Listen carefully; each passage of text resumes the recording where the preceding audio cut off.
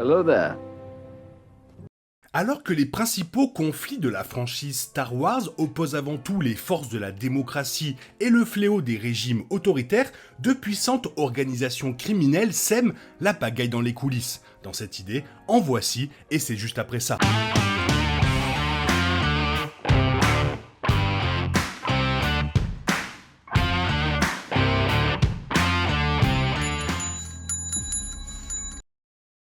Les Jedi et les Sith peuvent recevoir le plus d'attention dans les chronologies canon et Legends, mais des syndicats comme l'Empire criminel de Jabba le Hutt et l'Aube écarlate sont souvent un tiers chaotique et cupide, travaillant avec ou contre qui ils doivent pour faire un profit. Le monde souterrain de la franchise comprend de nombreux syndicats du crime avec plusieurs groupes exceptionnellement dangereux et influents.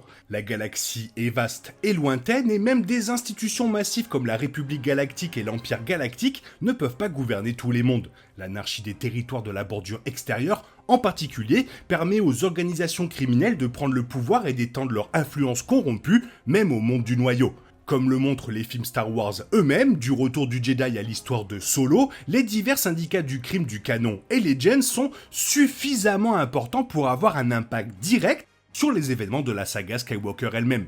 Voici les syndicats du crime les plus dangereux dans les continuités de la franchise Star Wars. Le syndicat Crimora du canon actuel est remarquable non seulement pour sa vaste influence, mais aussi pour son manque d'apparition directe dans les projets Star Wars jusqu'à présent. Le syndicat Crimora est mentionné pour la première fois dans le roman Tarkin de James Luceno en 2014, dans lequel ils aident l'Empire à traquer une cellule rebelle. Le syndicat Crimora est également remarquable pour ses alliances avec le clan Hutt et est suffisamment dangereux pour être compté parmi les 5 syndicats du crime, le plaçant aux côtés des organisations criminelles les plus puissantes de la galaxie. Ce n'est peut-être qu'une question de temps avant que le syndicat Crimora ne soit mis en avant plutôt que référencé. Un autre membre des 5 syndicats du crime, le syndicat Pike, trafiquant d'épices, est étroitement lié aux événements galactiques majeurs du canon actuel. Dark Tyrannus a engagé les Pax pour assassiner le maître Jedi Sifo-Dyas, préservant ainsi le secret de la conspiration de l'armée des clones de l'ordre Sith. Les Pax ont également rejoint le collectif de l'ombre de Dark Maul, se révélant inestimable pour le complot de l'ancien seigneur Sith visant à prendre le contrôle de Mandalore. Les mines d'épices du syndicat Pike sur Kessel ont joué un rôle important dans Solo, Han volant tout leur carburant coaxium. Les Pikes ont en outre prouvé leur dangereuse ingéniosité dans le livre de Boba Fett, en lâchant des droïdes tueurs sur Mos Espa. L'éphémère collectif de l'ombre fait ses débuts dans The Clone Wars, en tant qu'alliance d'organisations criminelles puissantes et d'un ordre Sith non officiel pour défier celui de Dark Sidious. Dirigé par l'ancien Sith Dark Maul, le collectif se compose de la Death Watch, les Pikes, du Soleil Noir, de l'Aube écarlate et du clan Hutt, pour un temps. Le collectif est non seulement suffisamment dangereux pour prendre le contrôle de Mandalore, mais attire également l'attention de Palpatine lui-même, ainsi que des factions sous son contrôle. Après la capture de Maul au siège de Mandalore, le collectif s'est dissous, mais ce n'était pas la fin de la carrière criminelle de Dark Maul. Initialement membre du collectif de l'ombre, l'Aube écarlate est fonctionnellement son successeur, avec des syndicats comme les Pax et le Soleil Noir qui se séparent tout en maintenant des alliances avec eux. Le premier chef de l'Aube écarlate est Dark Maul, qui contrôle l'organisation à travers des marionnettes comme Dryden Voss et Kira, comme on le voit dans Solo. Avec les événements de Star Wars Rebels, Kira avait supplanté Maul en tant que chef du syndicat. Sous la direction de Kira, l'organisation est une force assez grande pour menacer l'Empire galactique et l'ordre Sith, bien que son conflit avec Vador et Sidious se termine par sa destruction avant les événements du retour du Jedi. Dans la continuité Legends de l'ancienne République, aucune organisation criminelle ne peut se comparer à The Exchange. Faisant ses débuts dans Knights of the Old Republic 2, The Sith Lord, l'influence de The Exchange se fait sentir dans toute la galaxie. Chaque monde ayant son propre sous-boss Exchange local, comme le droïde Goto sur Nar Shaddaa. Le groupe est assez puissant pour se dresser contre le cartel Hutt, comme le montre Star Wars The Old Republic, bien qu'on ne sache pas avec quelle précision le groupe se dissout puisqu'il n'existe plus dans les événements de la trilogie préquelle Star Wars.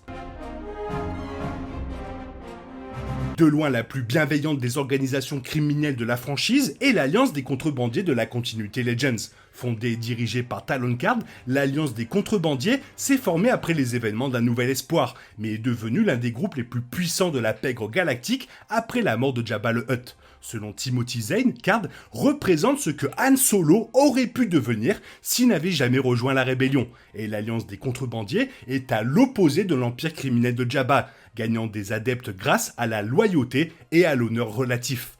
L'Alliance des contrebandiers est un allié fréquent de la Nouvelle République, les aidant dans leurs conflits avec Thrawn et les Yuuzhan Vong. Diverses familles criminelles Hutt composent collectivement le cartel Hutt, qui est l'une des organisations criminelles les plus dangereuses de la galaxie. L'histoire du cartel est explorée dans Legends, révélant qu'il est le successeur de l'Empire Hutt, qui contrôlait un secteur important de la galaxie connu sous le nom de l'espace Hutt. Les familles criminelles Hutt restent une force avec laquelle il faut compter dans la galaxie, contrôlant les activités illicites dans toute la bordure extérieure et possédant même leur propre super arme, la station de combat Darksaber en 12 ABY. Dans la chronologie canon, la République et les séparatistes se sont tous deux battus pour la faveur du cartel Hutt, au début de la guerre des clones. Le chef du crime rhodien, Rilou Baruk, n'a qu'un petit groupe criminel planétaire sur Nar Shaddaa, mais c'est néanmoins une organisation extrêmement dangereuse. L'opération de Baruk est suffisamment puissante pour dissuader le cartel Hutt de s'opposer à lui et suffisamment subtile pour échapper à l'attention de la Nouvelle République. La résurgence impériale a également remarqué l'organisation de Baruk, conduisant à une alliance entre les deux et à une attaque combinée sur Cloud City, que même Lando Calrissian a eu du mal à réprimer au début.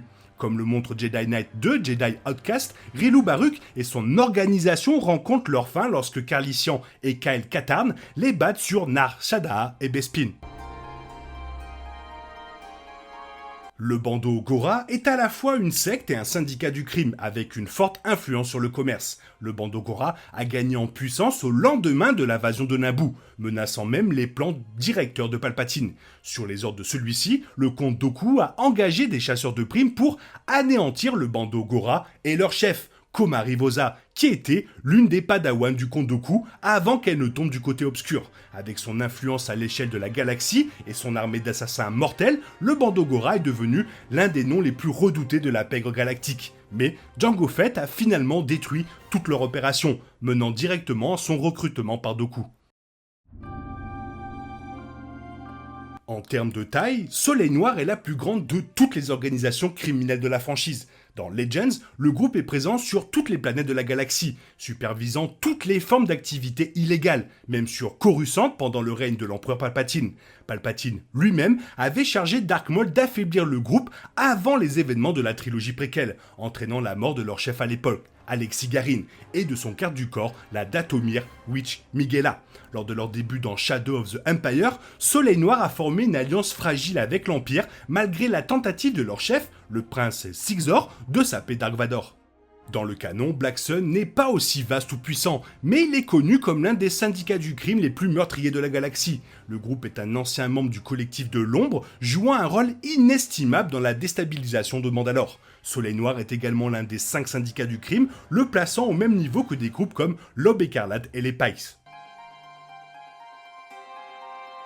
Bien que les seigneurs du crime du cartel Hutt forment collectivement l'un des syndicats du crime les plus dangereux de la galaxie, Jabba le Hutt est peut-être le plus redoutable. Dans Legends, l'empire criminel de Jabba a pris le contrôle total de Tatooine, une fois que le rival Hutt Gardoula a été assassiné par Jango Fett. Dans l'adaptation de la bande dessinée Le Retour du Jedi de l'ère Legends, Jabba révèle également qu'il a fait tuer plusieurs Jedi au plus fort de la force de l'ordre Jedi.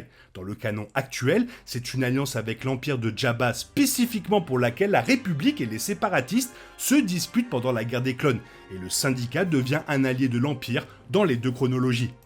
Bien que l'empire criminel de Jabba survive à la mort du Hutt dans les deux continuités, il n'est plus un acteur majeur de la pègre galactique sous ses nouveaux dirigeants. Dans Legends, plusieurs Hutt, dont Zorba le Hutt, le père de Jabba, prennent le contrôle des vestiges de l'empire de Jabba, avec un succès limité. En canon, Bib Fortuna contrôle brièvement le syndicat avant d'être tué et remplacé par Boba Fett, qui ne l'a pas encore ramené au même niveau de pouvoir et d'influence qu'il avait à l'époque de la trilogie originale.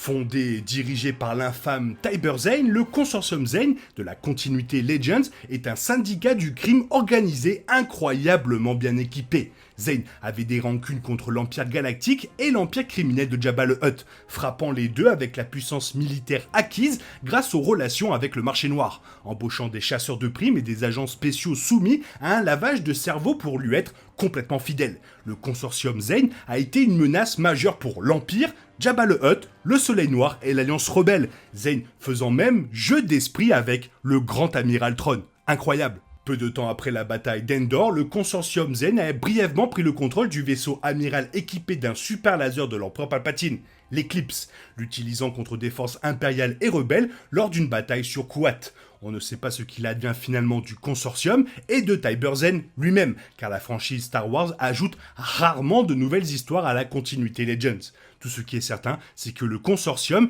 est en quelque sorte dissous ou détruit par les événements de la campagne de Daala.